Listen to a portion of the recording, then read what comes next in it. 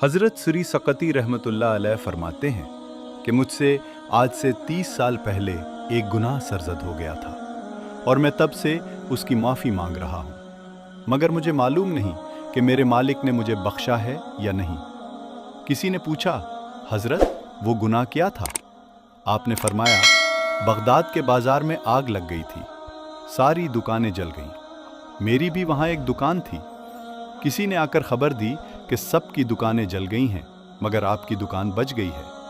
ये सुनकर बेइख्तियार मेरी ज़बान से अल्हम्दुलिल्लाह निकल गया। इसके बाद मुझे शिद्दत से एहसास हुआ कि लोगों का सब कुछ जल गया। वो मुसीबत में मुब्तला हो गए और मैं अपनी दुकान के बच जाने पर खुशी का इजहार कर रहा हूँ। इसी दिन से मेरा दिल कांप रहा है कि कहीं मेरा रब इसी बात पर मेरी गिरफ्त न फरमा ले। हज़रत सरी सकती रहमतुल्लाह अलैह फरमाया करते थे कि ये अपने फ़ायदे और अपनी गर्ज की बात थी। मुझे लोगों के नुकसान और उनके गम का ख्याल ना आया।